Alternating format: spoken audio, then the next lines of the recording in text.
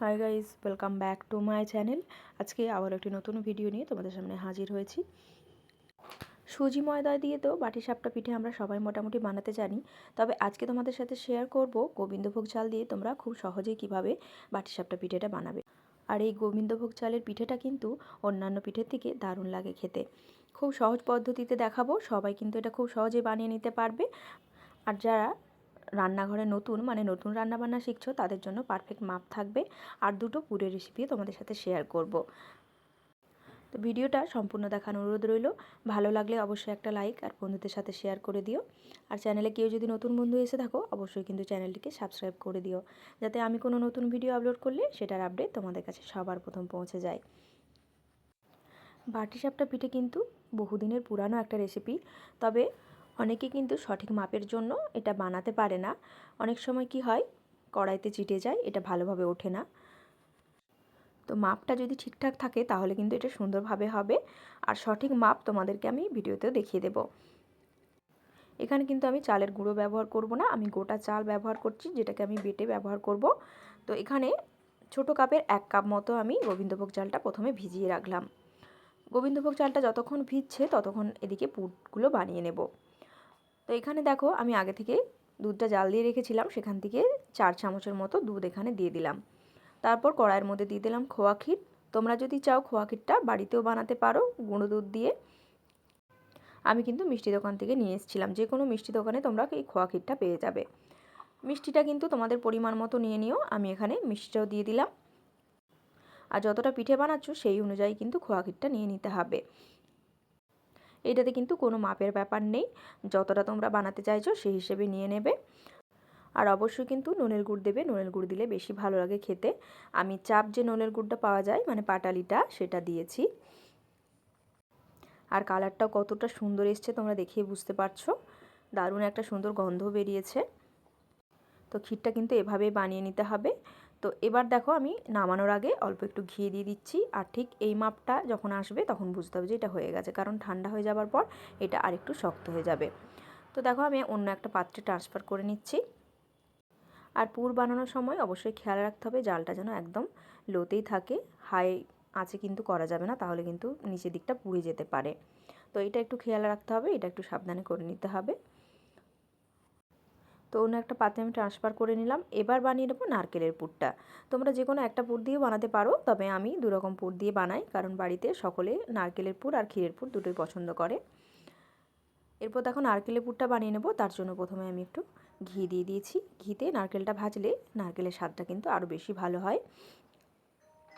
তো নারকেলটা আমি এখানে 1 কাপের মতো নারকেল নিয়েছি।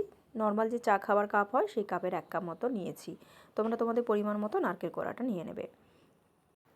তো নারকেলটা প্রথমে একটু ভেজে নিলাম, তাহলে নারকেলে যে এক্সট্রা জল থাকে সেই জলটা কিন্তু মরে যায়। এরপর এখানে গুড় দিয়ে দেবো। গুড় দেওয়ার পরেও কিন্তু একটা জল বেরোবে, সেই জলটা কিন্তু এখানে কড়াইতেই শুকনো করে নিতে হবে, তাহলে একদম ঝুরঝুরেভাবে তৈরি হবে নারকেলের পুরটা। একটুখানি ঝোলা গুঁড়ো আমি এখানে দিয়ে দিচ্ছি, 2 চামচের মতো দিলাম। মিষ্টিটা অবশ্যই তোমাদের পছন্দ মতো নিয়ে নেবে। এবার খুব ভালো করে এটাকে শুকনো করে নেব। আর দেখতেই পাচ্ছ কতটা সুন্দরভাবে রেডি হয়েছে নারকেলের পুরটা, কালারটাও সুন্দরভাবে এসেছে। তো এখন আমি অন্য একটা পাত্রে এটা তুলে নিচ্ছি। এরপর এদিকে চালটাও কিন্তু খুব ভালোভাবে ভিজে গেছে, কারণ গোবিন্দভোগ চাল বেশি টাইম নেয় না ভেজার জন্য, আধা ঘন্টা মতো রাখলেই হবে। এবার দেখো মিক্সির জারে আমি নিয়ে নিচ্ছি, যেখানে বাটবো সেই বাটিটাতে নিয়ে নিচ্ছি। তোমরা চাইলে এটা শিলেও বেটে নিতে পারো। এবার দিয়ে দেবো যেই কাপ মেপে আমি চাল নিয়েছিলাম সেই কাপ মেপে 1 কাপ সুজি। তো শুধুমাত্র চাল দিয়ে কিন্তু বানাবো না, শুধু চাল দিয়ে বানালে কি হবে, পিঠেটা বানানোর পর পরে ফেটে যেতে পারে। তো 1 কাপ মতো জলও এখানে দিয়ে দিলাম, তারপর মিক্সিতে খুব ভালো করে পেস্ট করে নেব। তো 2-3 বার রেস্টে রেখে রেখে আমি পেস্ট করে নিয়েছি, আর দেখতেই পাচ্ছ কতটা সুন্দরভাবে পেস্টটা রেডি হয়েছে। তো জলের মাপটাও কিন্তু ঠিকঠাকভাবে রাখতে হবে। আমি কিন্তু 1 কাপ মতো জল দিয়েছি, আর চালটাও যেহেতু ভেজা ছিল তাই চালের থেকেও তো জল বেরিয়েছে। এবার দেখো, এটাতে আমি গুড় দিয়ে দিচ্ছি। তোমরা যদি সাদা রাখতে চাও তাহলে চিনি দিতে পারো। তো গুড় দিলে সুন্দর একটা কালারও আসে পিঠেটার মধ্যে। অল্প একটু লবণ দিয়ে দিলাম মিষ্টিটাকে ব্যালেন্স করার জন্য। গুড় দেবার পর একটু কিন্তু জল বেরোবে, এরপর দিয়ে দেবো 2 চামচের মতো ময়দা। ময়দাটা কিন্তু পিঠেটাকে নরম রাখতে সাহায্য করবে। তো ময়দা দেওয়ার পর কোটিংটা একটু মোটা হয়ে গেছে, তাই আমি এখানে 2 চামচের মতো ঝোলা গুঁড়ো দিয়ে দিলাম। তোমরা চাইলে জলও ব্যবহার করতে পারো বা 2 চামচের মতো দুধও ব্যবহার করতে পারো। তো দেখো ঠিক থিকনেসটা কিন্তু এরকম থাকবে, কেকের ব্যাটারের থেকে একটু পাতলা হবে। আর খুব একটা জল দিয়ে প্রথমেই পাতলা করার দরকার নেই, পরে যদি মনে হয় তাহলে তোমরা অল্প করে জল দিতে পারো।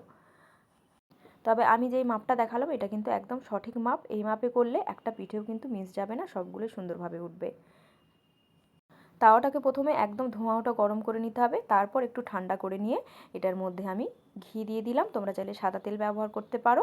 অল্প করে একটু ছড়িয়ে ব্রাশ দিয়ে ঘষে নিলাম। এরপর দেখো পিঠের ব্যাটারটা আমি একটু ছড়িয়ে দিচ্ছি। তো যে হাতাটাই করে আমি ব্যাটারটা দিলাম সেই হাতার পেছন দিকটা করে ছড়িয়ে দিলাম। তো তোমরা চাইলে তাওয়াটাকে ঘুরিয়ে নিয়ে যে ছড়ায় সেইভাবেও ছড়িয়ে নিতে পারো, তোমাদের সুবিধা মতো করে নিতে পারো। তো এবার পুরটা দিয়ে দেখো হাতের মধ্যেই সুন্দরভাবে উঠে আসছে। তো প্রথমে খুন্তির সাহায্যে আমি একটু ছাড়িয়ে নিয়েছি যাতে প্রথম দিকটা ছিঁড়ে না যায়। তো তারপর দেখো হাত দিয়ে ঘুরিয়ে ঘুরিয়ে এইভাবে একটা রোল বানিয়ে নিয়েছি। তো আমি একটু চ্যাপ্টা চ্যাপ্টা মতো করেছি, তোমরা চাইলে একদম গোল করেও নিতে পারো, সেটাও সুন্দর লাগে দেখতে। আর কত সহজে উঠে আসছে তোমরা দেখেই বুঝতে পারছো। আর পিঠের কালারটাও কিন্তু হালকা ব্রাউন কালার হয়েছে, দেখতে সুন্দর লাগছে। তো প্রত্যেকটা পিঠে কিন্তু একইভাবে করে নিচ্ছি, আর ব্যাটারটা একই রকমভাবে দেবে, তাহলে দেখবে পিঠেগুলো সব সমান মাপের হবে। এরপর ক্ষীরের পুরটা দেখো সুন্দরভাবে দিয়ে দিলাম। একটা সাইডে দেওয়ার চেষ্টা করবে, তাহলে এটা সুন্দরভাবে পিঠেটাকে তুলতে পারবে। তো দেখো একটা সাইড থেকে আমি এভাবে ফোল্ড করতে করতে আসছি, আর দেখো কতটা সুন্দরভাবে রেডি হচ্ছে, দেখতেই পাচ্ছ তাওয়া থেকে সুন্দরভাবে ছেড়ে আসছে। তো পিঠেগুলো একইভাবে রেডি করে নিতে হবে। সুজির পাটিসাপটা পিঠে তো অনেকবারই তোমরা খেয়েছো, এভাবে আতপ চাল বেটে বানিয়ে দেখবে, আশা করছি তোমাদেরও খুব ভালো লাগবে। যেহেতু গোবিন্দভোগ চালের সুন্দর একটা গন্ধ থাকে, তাই পিঠেগুলো কিন্তু বেশ ভালো লাগে খেতে। আর এটা সকাল পর্যন্ত নরম রাখবে, তোমরা ঢাকা চাপা দিয়ে রেখে দেবে, সুন্দর কিন্তু নরম থাকবে। তো একটা তোমাদেরকে আমি ছিঁড়ে দেখাচ্ছি যে এটা কতটা সুন্দর নরম হয়েছে। ক্ষীরের পুর, নারকেল পুর যেটাই করো না কেন দুর্দান্ত লাগে খেতে। অবশ্যই কিন্তু বাড়িতে ট্রাই করো আর আমাকে জানিও কেমন লেগেছে। আজকের মতো আসি, টাটা।